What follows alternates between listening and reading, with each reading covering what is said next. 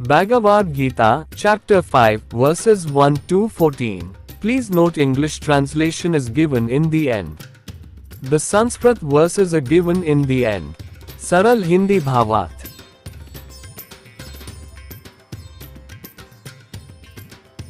श्लोक 1। अर्जुन भगवान श्री कृष्ण से पूछते हैं, संन्यास मन की सभी वृत्ति का त्याग और कर्म योग भक्ति भाव से निष्काम कर्म करना, इनमें से कौन सा मार्ग श्रेष्ठ है। आपने दोनों मार्गों की प्रशंसा की है और बताया है कि दोनों से योग की प्राप्ति होती है, लेकिन मैं स्पष्ट रूप से जानना चाहता हूं कि इन दोनों में से वास्तव में श्रेष्ठ कौन सा है। कृपया बिना किसी भ्रम या संदेह के स्पष्ट उत्तर दें। संन्यास का अर्थ है मन में कोई भी बुरी प्रवृत्ति न होना। इन बुरी प्रवृत्तियों को वृत्ति या वान कहा गया है। वैदिक साहित्य में संन्यास के लिए निवृत्ति, निर्वाण, शिव योग और वैराग्य जैसे शब्दों का भी उपयोग किया गया है। ये सब एक ही अर्थ या समान अर्थ को दर्शाते हैं। अंग्रेजी का शब्द रिनंसिएशन संन्यास का पूर्ण या सटीक अनुवाद नहीं है। संन्यास का मतलब सिर्फ घर, संपत्ति या रिश्तों का त्याग नहीं होता।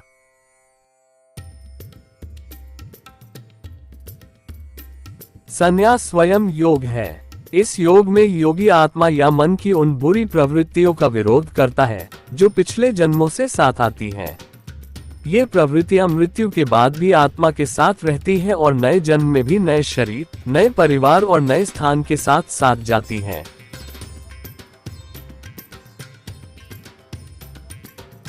भले ही व्यक्ति को पिछले जन्म की याद न हो, लेकिन उसकी आत्मा की प्रवृत्तियां वही रहती हैं। यही प्रवृत्तियां जन्म से ही उसके स्वभाव में दिखाई देती हैं। योग का अर्थ है चित्त की इन वृत्तियों का विरोध करना।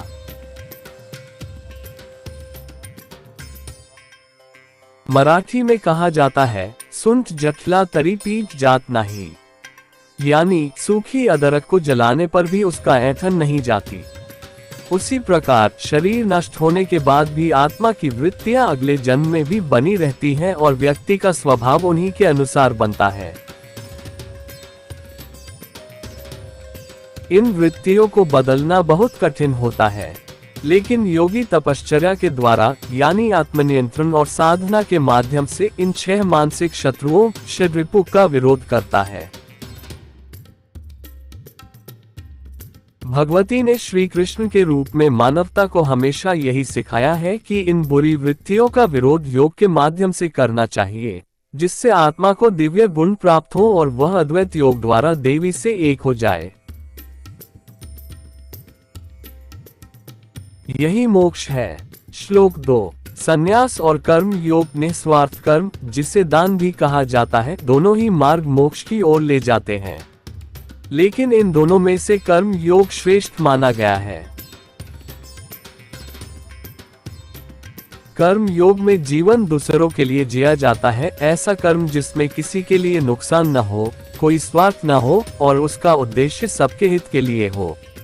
ये कर्म बिना फल की अपेक्षा, बिना अहंकार और पूर्ण श्रद्धा से किया जाता है। एक सच्चा कर्म योगी सफलता और असफलता दोनों में एक समान रहता है और निरंतर योग की अवस्था में स्थिर रहता है। सच्चा कर्म योग वही कर सकता है जो भगवान में पूर्ण श्रद्धा रखता हो, अपने भावनाओं पर नियंत्रण रखता हो, अहंकार से मुक्त हो और 6 शत्रुओं षड्रिपु पर विजय प्राप्त कर चुका हो। वहीं संन्यास एक आंतरिक प्रक्रिया है। यह आत्मा का आंतरिक परिवर्तन है, जिसे आंतरिक साधना भी कहा जा सकता है। दोनों मार्ग योग की अवस्था तक ले जाते हैं, जो देवी से अद्वैत रूप में एकता द्वारा मोक्ष की प्राप्ति कराते हैं। लेकिन जहां संन्यास एक आंतरिक यात्रा है, वहीं कर्म योग उस दिव्यता को संसार की सेवा में लगाना है। इसीलिए देवी श्री कृष्ण के रूप में कहती हैं कि यद्यपि दोनों मार्ग अंतिम लक्ष्य तक पहुंचाते हैं, लेकिन कर्म योग श्रेष्ठ है। श्लोक 3। जो न किसी से द्वेष करता है और न किसी वस्तु की इच्छा करता है, वह सच्चा और शाश्वत सन्यासी है। हे महाबाहो अर्जुन, ऐसा व्यक्ति जो द्वंद्वों से मुक्त है, वह जीवन के बंधनों से सरलता से मुक्त हो जाता है। संन्यास को निवृत्ति, निर्वाण, शिव, योग और वैराग्य भी कहा जाता है। इन सब का अर्थ है इच्छाओं का अंत और मन की बुरी प्रवृत्तियों का समाप्त होना। ऐसा व्यक्ति परमात्मा का साक्षात्कार करता है, सभी प्राणियों में ईश्वर को देखता है और सबके साथ एकत्व अनुभव करता है। जब कोई व्यक्ति संन्यास की अवस्था में होता है तो उसमें और भूल देवी में कोई भेद नहीं रहता। जब ये भेद आता है तब द्वंद्व ड्युअलिटी उत्पन्न होता है, जिससे योग टूटता है और व्यक्ति धर्म से हटकर अधर्म की ओर चला जाता है। लेकिन जो व्यक्ति निरंतर संन्यास की अवस्था में रहता है, वह धर्म के मार्ग पर आसानी से टिकता है, कामनाओं और पापों से मुक्त रहता है और कर्म के बंधनों से छूटकर मोक्ष की ओर बढ़ता है। श्लोक 4। जो अपरिपक्व हैं, वे सांख्य तर्कों के आधार पर यह मानते हैं कि संन्यास और कर्म योग अलग अलग मार्ग हैं। लेकिन जो ज्ञानी हैं, वे इन दोनों को एक ही मानते हैं। जो एक मार्ग को भी पूर्ण श्रद्धा से अपनाता है, वह दोनों के फल को प्राप्त करता है। कर्म योग का अर्थ है योग की अवस्था में रहकर निस्वार्थ भाव से कार्य करना, और संन्यास का अर्थ है आंतरिक अनुशासन के माध्यम से योग की अवस्था में रहने का प्रयास करना। दोनों मार्ग अंततः अद्वैत योग की ओर ले जाते हैं, जहां आत्मा देवी से एक हो जाती है और मोक्ष की प्राप्ति होती है। जो लोग सीमित समझ रखते हैं, वे केवल तर्क के आधार पर इन दोनों को अलग मानते हैं। लेकिन भूदेवी श्री कृष्ण के रूप में स्पष्ट करती है कि यदि कोई व्यक्ति किसी एक मार्ग को भी पूर्ण निष्ठा से अपनाता है, तो वह दोनों मार्गों का फल प्राप्त करता है।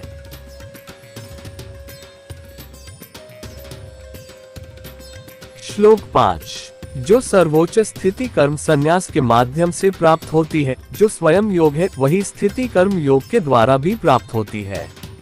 इसलिए जो यह समझते हैं कि कर्म संन्यास और कर्म योग दोनों एक ही लक्ष्य तक पहुंचाते हैं, वही सही रूप में सच को देखते हैं।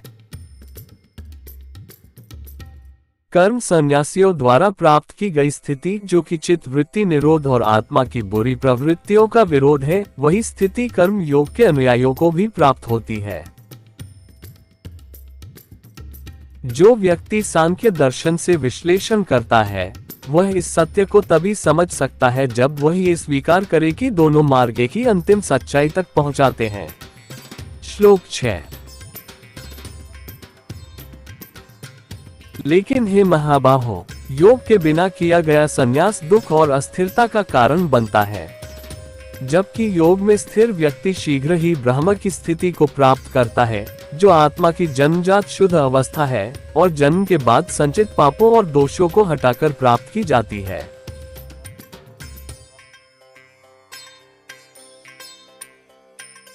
संन्यास, जो स्वयं योग है, यदि योग की अवस्था में रहकर न किया जाए तो उसमें कष्ट सहना और मानसिक संतुलन बनाए रखना असंभव हो जाता है। सच्चा योगी अपमान और भावनात्मक आघात को बिना प्रतिक्रिया दिए सहन करता है, न तो शब्दों में, न चेहरे के हाव भाव में, और न ही रोकर वह इसे प्रकट करता है। वह अपने भीतर जलता है ताकि वह 6 रिपु काम, क्रोध, लोभ, मोह, मद, मात्सर्य पर विजय प्राप्त कर सके। कोई उसे क्रोधित करने की कोशिश करे तब भी वह शांत रहता है और प्रतिक्रिया नहीं देता। यह मानसिक स्थिरता बिना योग की अवस्था में रहे प्राप्त नहीं हो सकती। मराठी में योग का सबसे सरल शब्द है योग्य, यानी संतुलित या उचित। इसके विपरीत अयोग्य होता है, यानी असंतुलित या अनुचित। यदि कोई आपको क्रोधित करने की कोशिश करता है तो उस पर नियंत्रण न रख पाना अयोग्य है, क्योंकि यह मानसिक अशांति लाता है। जिससे विवेक नष्ट होता है और व्यक्ति गलती या पाप कर बैठता है। जो लोग संन्यास के द्वारा तपश्चर्या करते हैं, जो कि योग ही है, वे जीवन की कठिनाइयों, अपमान और दुखों को तब तक सहन नहीं कर सकते जब तक उनके पास मानसिक स्पष्टता न हो। ये स्पष्टता केवल योग की अवस्था में रहकर ही प्राप्त होती है। श्लोक 7। जो व्यक्ति योग की अवस्था में भू देवी से एक हुआ हो, जो शुद्ध और निष्पाप रहता हो, वह पूर्ण श्रद्धा के साथ कर्म करता है। ऐसा योगी या सन्यासी जो सभी प्राणियों में अपने आप को देखता है और सभी में एकता अनुभव करता है, शुद्ध बुद्धि, आत्मसंयम और इंद्रिय नियंत्रण के साथ वह कर्म करते हुए भी कर्म के फलों से बंधता नहीं। वह व्यक्ति पाप और दोषों से मुक्त रहता है और आत्मा की शुद्धता को बनाए रखता है। पृथ्वी पर जीवन जीते हुए शुद्ध और निष्पाप रहना तब तक संभव नहीं जब तक व्यक्ति कर्म योग के द्वारा योग की अवस्था में रहकर कर्म न करे। सच्चा योग वही है जिसमें संन्यास चित्त वृत्तियों का निरोध और कर्म योग निस्वार्थ भाव से कर्म करना दोनों का समन्वय हो। श्लोक 8 और 9 का सरल हिंदी भावार्थ। एक सच्चा योगी जो देवी के साथ योग के माध्यम से एकत्व में स्थित होता है, वह पवित्र और निष्पाप जीवन जीता है। वह सभी कर्म ईश्वर में पूर्ण श्रद्धा और बिना किसी आसक्ति के करता है। उसका मन शुद्ध होता है और इंद्रियां वश में होती हैं। कार्य करते हुए भी वह निरंतर ईश्वर को स्मरण करता है। उसे अपने कर्मों और उनके फलों से कोई मोह नहीं होता और सफलता या असफलता उसे प्रभावित नहीं करती।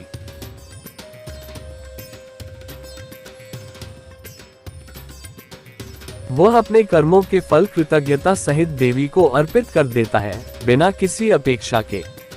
वह दिखावे के लिए या किसी को कुछ सिद्ध करने के लिए कार्य नहीं करता। वह केवल वही करता है जो वास्तव में आवश्यक है और उसके कार्यों में किसी भी प्रकार का स्वार्थ, द्वेष, अहंकार, क्रोध, लोभ या ईर्ष्या नहीं होती।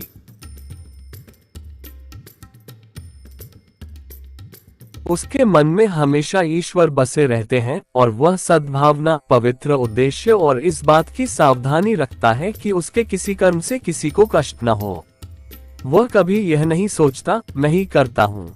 वह अपने शरीर को प्रकृति का एक यंत्र मानता है जो देवी माँ के अधीन है और यह मानता है कि वही उसके माध्यम से कार्य कर रही है। वह सफलता का श्रेय स्वयं को नहीं देता और अपने प्रयासों का घमंड नहीं करता। वह जीवन के सभी कार्य जैसे सांस लेना, चलना, खाना, बोलना या सोना सहजता और विनम्रता से करता है, बिना किसी अहंकार या कर्तापन की भावना के। जो व्यक्ति आत्मा का गहरा ज्ञान तत्वदर्शी प्राप्त कर चुका है और योग में स्थित है, वह जीवन के वास्तविक स्वरूप को समझ लेता है। वह बड़े से बड़े कार्य को भी उतनी ही सहजता से करता है जैसे सामान्य दिनचर्या, देखना, सुनना, छूना, सूंघना, खाना, चलना, सोना, बोलना, उठाना या आंखें खोलना बंद करना। उसे कभी नहीं लगता कि मैं कर रहा हूँ। वह स्वयं को अकर्ता मानता है क्योंकि योग की स्थिति में वह माँ भू देवी पृथ्वी को अपने माध्यम से कार्य करने देता है। जैसे शरीर और इंद्रियां स्वाभाविक रूप से कार्य करती हैं, वैसे ही वह जानता है कि आत्मा वास्तव में कर्म नहीं करती। शरीर, मन या इंद्रियां जो भी करती हैं, वे प्रकृति की प्रक्रिया का भाग हैं, आत्मा से संबंधित नहीं। इस तरह जब योग की स्थिति में रहकर वह कार्य करता है तो उसे अपने कर्मों का व्यक्तिगत जिम्मेदार नहीं माना जाता। वह जानता है कि देवी ही उसके शरीर के माध्यम से कार्य कर रही हैं। इस अकर्तापन की समझ उसके मन को शुद्ध रखती है और उसे कर्मबंधन से बचाती है। इस प्रकार वह स्वयं को अकर्ता मानते हुए सभी कार्य ऐसे करता है जैसे अन्य सामान्य शारीरिक कार्य जैसे इंद्रियां करती हैं। वह बिना किसी अपेक्षा के दूसरों के कल्याण हेतु निस्वार्थ भाव से कार्य करता है। जब वह निरंतर योग की स्थिति में बना रहता है, तब वह मां भू देवी को अपने माध्यम से सहज रूप से कार्य करने देता है।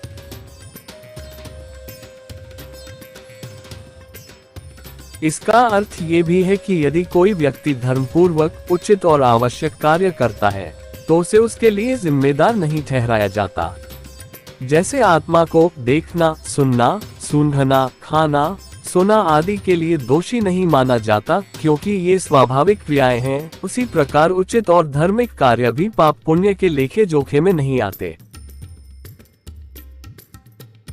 अतः यदि आप वही करते हैं जो योग्य है, जे योग्य आहेते, तो वह कर्म बंधन में नहीं बांधता और आपको उसके लिए दंडित नहीं किया जाता। श्लोक 10 का सरल हिंदी भावार्थ।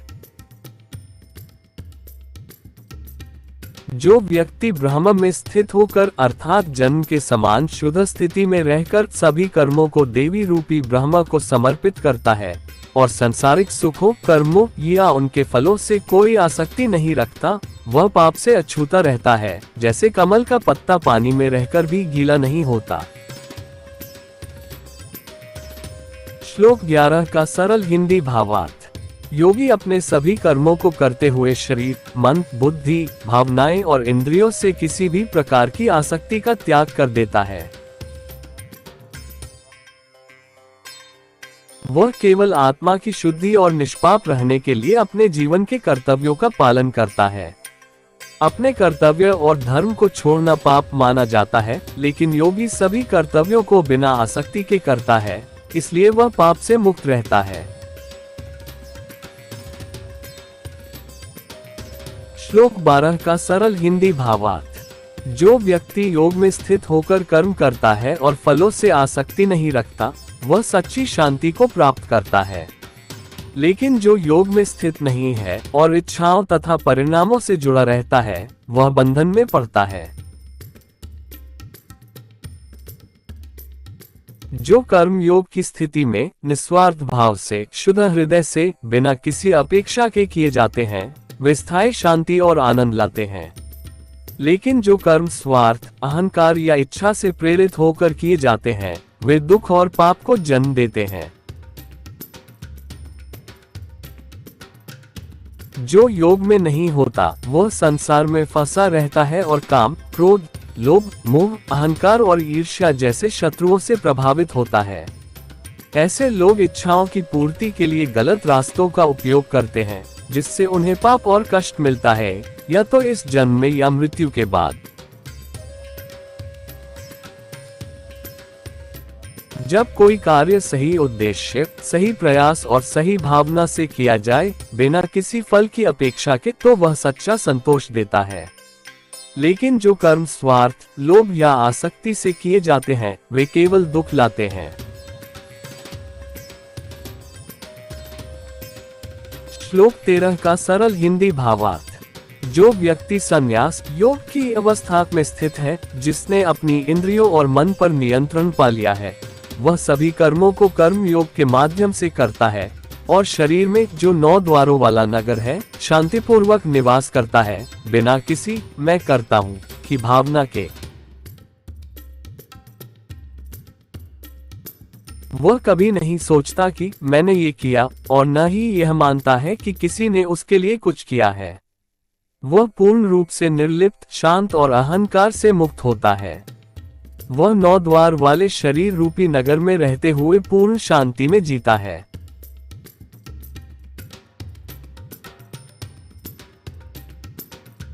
श्लोक 14 का सरल हिंदी भावार्थ। ईश्वर परम आत्मा किसी के लिए न तो कर्तापन की भावना बनाता है, न ही कर्मों को करवाता है और न ही उनके फल देता है। ये सब प्रत्येक व्यक्ति की स्वाभाविक प्रवृत्तियों स्वभाव से उत्पन्न होता है। हालांकि देवी सभी शरीरों में उपस्थित है, लेकिन वह केवल एक उपकरण के रूप में कार्य करती हैं। आत्मा पृथ्वी पर कार्य करने के लिए शरीर का उपयोग करती है। जब आत्मा अच्छे या बुरे कर्म करती है, तो उसका उत्तरदायित्व शरीर का नहीं होता।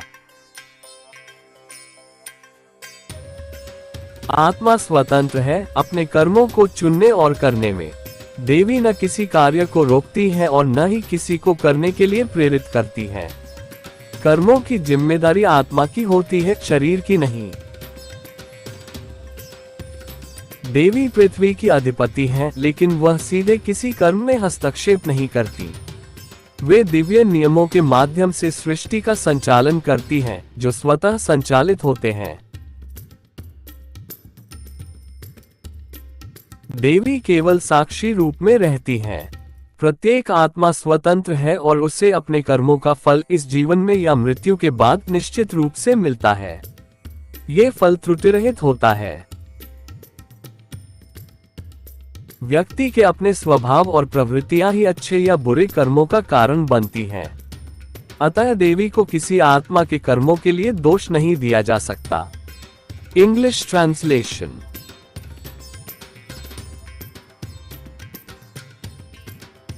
Verse 1. Arjun asks Bhagwan Shri Krishna, which path is better, the path of renunciation, sannyas, or the path of karma yoga? You have praised both ways as means to live a meaningful life and attain the state of yoga. But I want to know clearly, which one is truly better. Please give me a definite answer, without any doubts, conditions, or confusion. Sannyas means the absence of bad tendencies in the mind. These negative tendencies are called vrittis or van. In Vedic literature, other words used to describe sannyas are nivritti, nirvana, shiv, yoga, and vairagya. All these words have the same or similar meanings and are used as alternative terms for sannyas. The English word renunciation is not the correct or complete translation of sannyas. Sannyas is not just about giving up all material belongings, home, or relatives. Sannyas is yoga itself. In this yoga, the yogi resists the bad tendencies of the soul or mind, which are carried forward from past lives due to the kind of life the person lived earlier.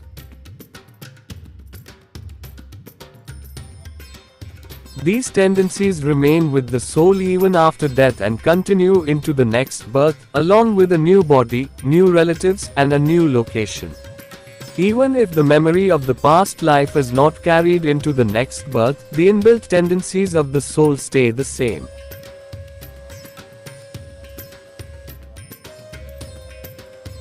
These vrittis become the person's natural behavior from birth. Yoga means resisting these vrittis of the chitta or mind. There is a saying in Marathi, "Sunt jatla tari peeg jat nahi," which means even if dry ginger is burnt, its twist does not go away.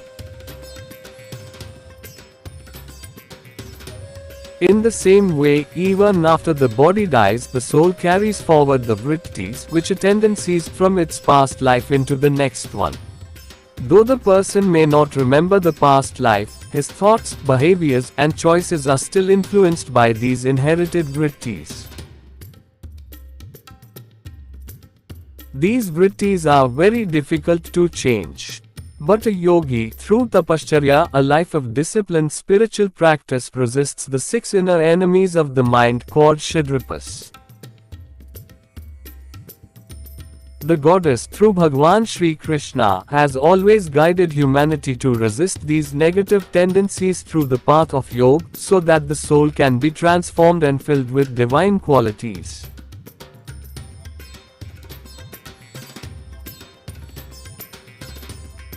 This leads to Advait Yoga, union with the Supreme, where the soul becomes divine and immortal, just like the goddess, by attaining moksha. Verse 2. Sannyas renunciation and karma yoga selfless action, also called dan, meaning doing work or helping others without expecting any personal gain, both lead to the highest good, spiritual well-being, and final liberation, moksha.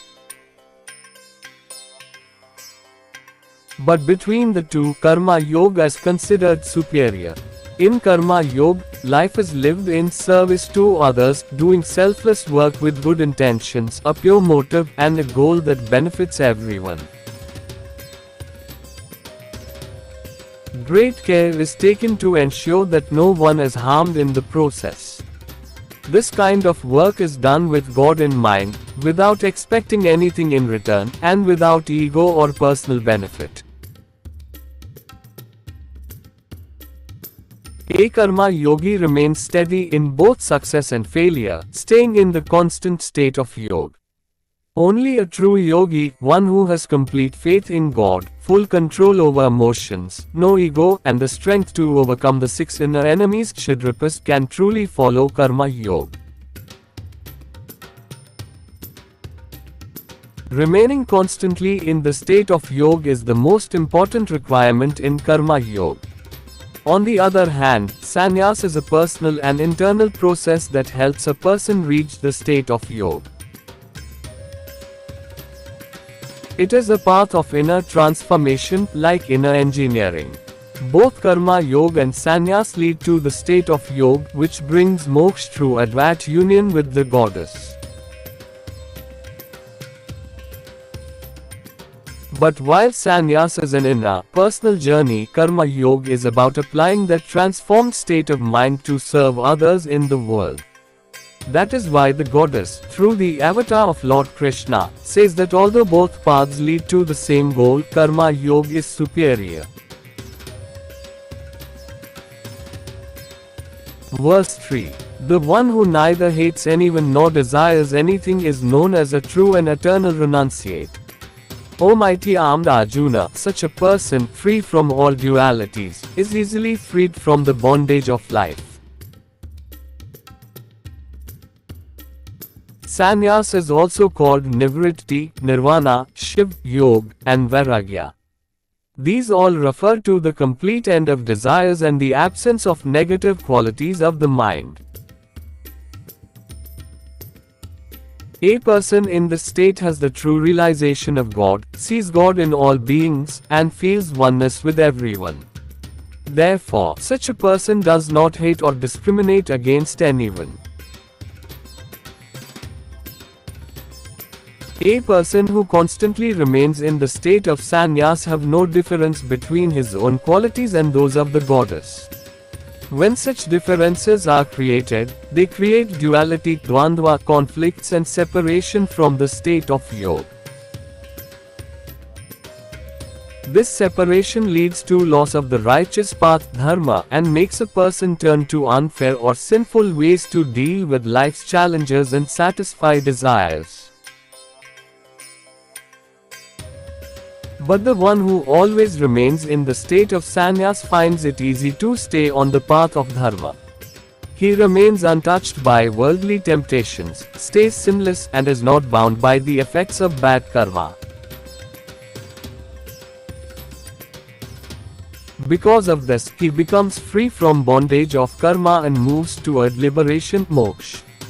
Verse 4. The immature, using Sankhya logic, try to prove that the two paths of yoga are different.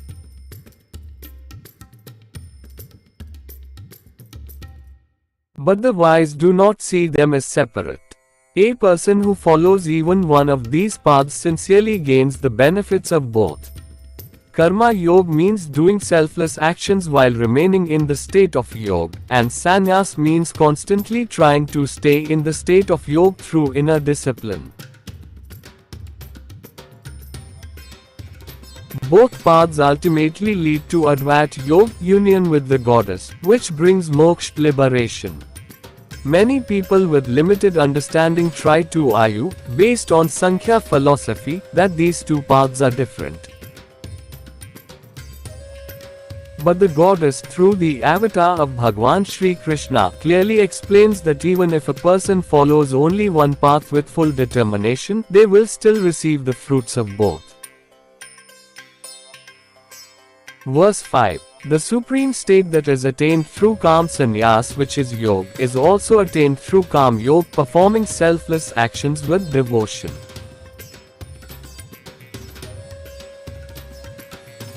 Therefore, those who understand that Kam Sannyas and Kam Yoga lead to the same goal truly see things as they are. The state achieved by followers of calm sannyas, which is actually the stilling of the mind's activities and resistance to negative tendencies of soul, chitta vritti nirodha, is also reached by those who follow calm yoga.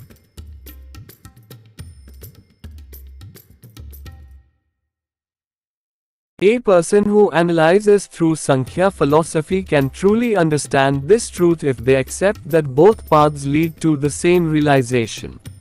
Verse 6.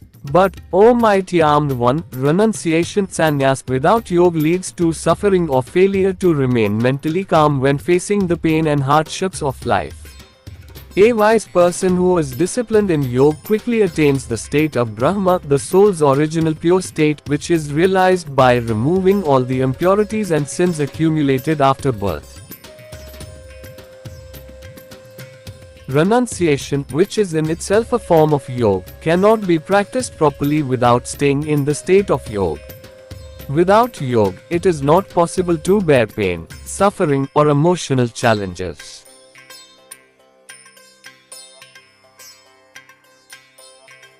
A true yogi must absorb insults and emotional hurt without reacting, not even through words, facial expressions, or crying.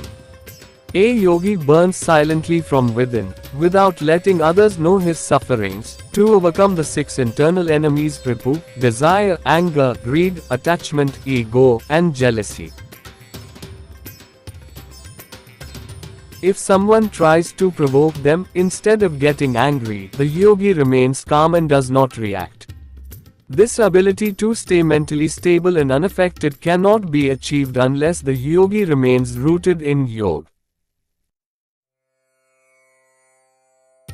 In Marathi, the simplest word for yoga, or living and working while staying mentally balanced, is yogya, yogya meaning proper or in alignment. The opposite is ayogya, ayogya meaning improper or misaligned. If someone tries to anger you, it is not yoga to lose emotional control, as that leads to mental disturbance, loss of clarity, and eventually mistakes or even wrongdoing. Those who perform tapascharya, spiritual austerity, through sannyas, which is essentially yoga, cannot bear the burdens of life, insult, and suffering unless they maintain mental clarity. That clarity only comes by staying firmly in the state of yoga. Verse 7. A person who is united with the goddess in the state of yoga, which is achieved by staying pure and free from sin, performs actions with complete faith in God. Such a yogi or sannyasi, one who sees his self in all beings and all beings in his self, with a purified mind, self-control, and control over the senses. Even while performing actions, they are not bound by the results of their karma. They remain free from the fruits of action and thus preserve the purity and sinlessness of their soul.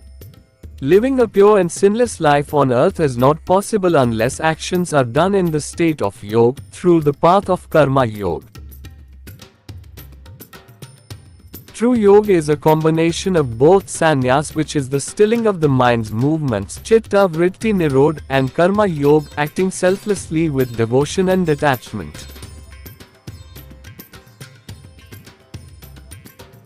Verses 8 and 9. A true yogi, united with the goddess through yoga, lives a pure and sinless life. Such a person performs all actions with complete faith in God and with detachment. With a pure mind and control over the senses, they keep God constantly in their thoughts while working. They remain free from attachment to their work and its results and are unaffected by success or failure. They offer the fruits of their actions to the goddess with gratitude, without clinging to outcomes. They never act just to impress others or to prove something. They only do what is truly necessary, with no selfish or harmful intentions, such as jealousy, revenge, pride, anger, greed, or ego. With God always in their heart, they act with good motives, pure intentions, and with the care that no one is harmed or troubled by their actions. They never think, "I am the doer." Instead, they see their body as an instrument of nature, the goddess or Mother Earth, and believe that she is working through them.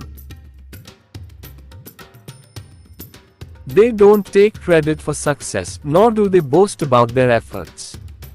They perform every duty of life as naturally and humbly as breathing, walking, eating, speaking, or sleeping, without pride or a sense of doership. A wise person, who has deep knowledge of the self Tattvavit and is united through yoga, understands the true nature of life. He performs all his actions, big or small, as naturally as any other daily routine.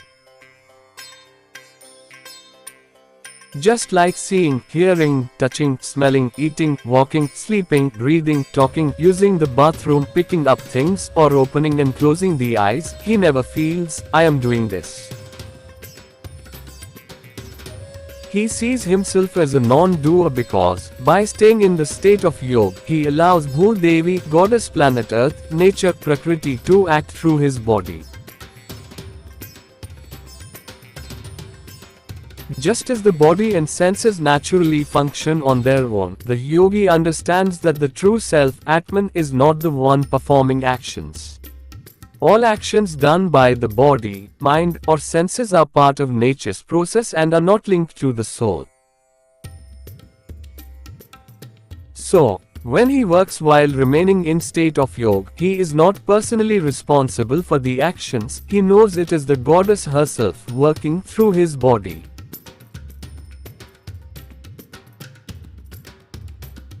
This understanding of non-doership keeps the mind pure and protects him from being bound by karma.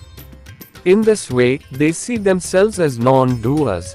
They do all their work as any other daily routine work, like their body and senses function according to nature, and working selflessly for the good of others without expecting anything in return. By constantly remaining in the state of yoga, they allow Mother Nature Bhudevi to function through them. This also means that if you do righteous actions, you are not held responsible for them. Just like the soul is not held responsible for seeing, hearing, touching, smelling, eating, walking, sleeping, breathing, talking, using the bathroom, picking up things, or opening and closing the eyes, because these are natural actions. Such natural or rightful actions are not recorded in the account of good or bad karma. So, if you do what is right and appropriate, Jayogyahite, you are not held responsible for that karma and will not be punished for doing the right thing. Verse 10. A person who performs actions while remaining established in Brahma, meaning holding on to and staying as pure as at birth, and offers all actions to Brahma, who is the goddess, without any attachment to worldly pleasures, to the work itself, or to its results, is not affected by sin, just like a lotus leaf remains untouched by water. Verse 11. A yogi performs actions after giving up all kinds of worldly attachments, including attachment to the work itself and its outcomes, whether those attachments are related to the body, mind, emotions, intellect, or senses. The yogi acts only for the purification of the self and to remain pure and free from sin while fulfilling their duties in life. Neglecting one's duties and dharma towards family and society is considered a sin and a mistake. However, a yogi remains sinless even while performing all duties and responsibilities, because they do so without any attachment. Verse 12. A person who is united in yoga and gives up attachment to the results of actions attains true peace. But one who is not in yoga, driven by desire and attachment to the outcome, becomes trapped in bondage. Righteous and selfless actions, done in the state of yoga with a pure heart, without expecting rewards or taking credit, lead to lasting peace and joy. But actions done without being in yoga, driven by desire, ego, or selfish motives, bring suffering and result in sin. One who is not in yoga remains attached to worldly matters and is influenced by the six enemies: lust, anger, greed, attachment, pride, and jealousy. Such a person may use wrong means to fulfill desires, which leads to sinful actions and suffering, either in this life or after death. When actions are done with the right purpose, right effort, and right intention, without attachment or expectation of success, they bring deep satisfaction. But actions done with selfish motives, attachment, or greed bring only pain and sorrow. Verse 13. The soul of a self-controlled person, who lives in the state of sannyas, which is the state of yoga, and who has complete control over emotions, remains free from all negative traits and mental tendencies.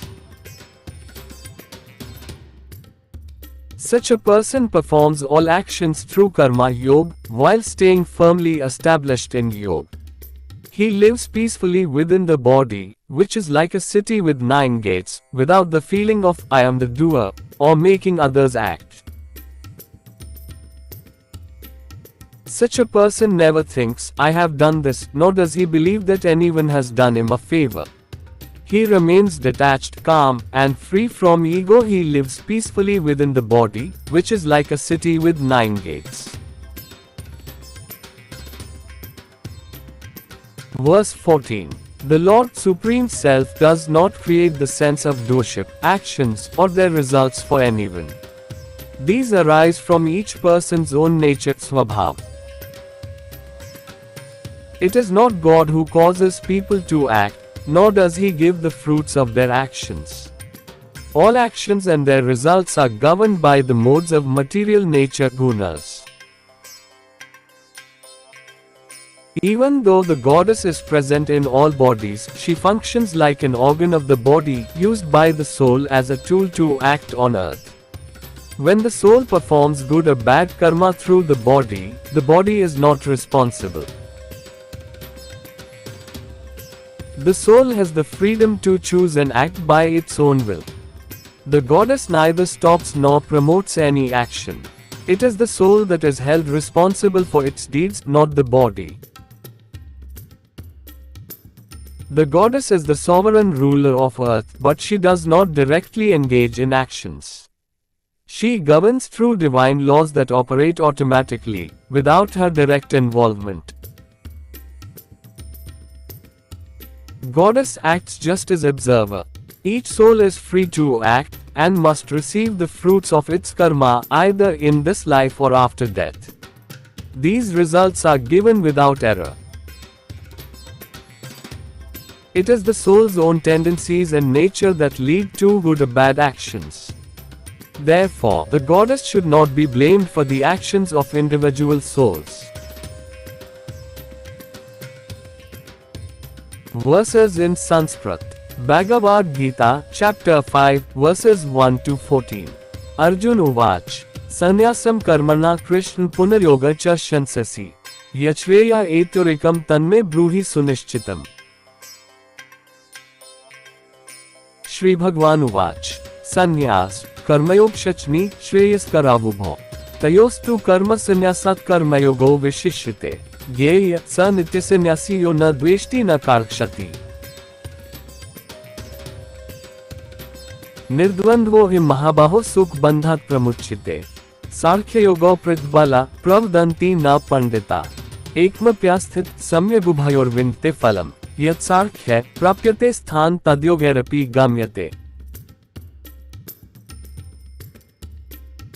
एकम साङ्ख्यम च योग च यः पश्यति स पश्यति संन्यासस्तु महाबाहो दुःखमाप्तो मयोगत् योगयुक्तो मुनिर्ब्रह्मचर्यनाधिगच्छति योगयुक्तो विशुद्धात्मा विजितात्मा जितेन्द्रिय। सर्वभूतात्मभूतात्मा कुर्वन्नपि न लिप्यते, नैव किंचित करोमीति युक्तो मन्येत तत्त्ववित्। पश्यन् शृण्वन् स्पृशन् जिघ्रन्नश्नं गच्छन् स्वपन् श्वसन् प्रल्पन् विसृजन् गृह्णन् मिष्णपि। इन्द्रियाणीन्द्रियार्थेषु वर्तन्त इति धारयन् ब्रह्मण्याधाय कर्माणि साङ्गं त्यक्त्वा करोति यः, लिप्यते न स पापेन पद्मपत्रमिवाम्भसा, कायेन मनसा बुद्ध्या कैवलेरिन्द्रियैरपि। योगिन कर्म कुर्वन्ति संगं त्यक्त्वा शुद्धये, युक्त कर्मफलं त्यक्त्वा शान्तिमाप्नोति नैष्ठिकीम्। अयुक्त कामकारेण फले सक्तो निबध्यते, सर्वकर्माणि मनसा संन्यस्यास्ते सुखवशी। नवद्वारे पुरे देहि नैव कुर्वन्न कारयन्, न कर्तृत्वं न कर्माणि लोकस्य सृजति प्रभु, न कर्मफल संयोग स्वभावस्तु प्रवर्तते।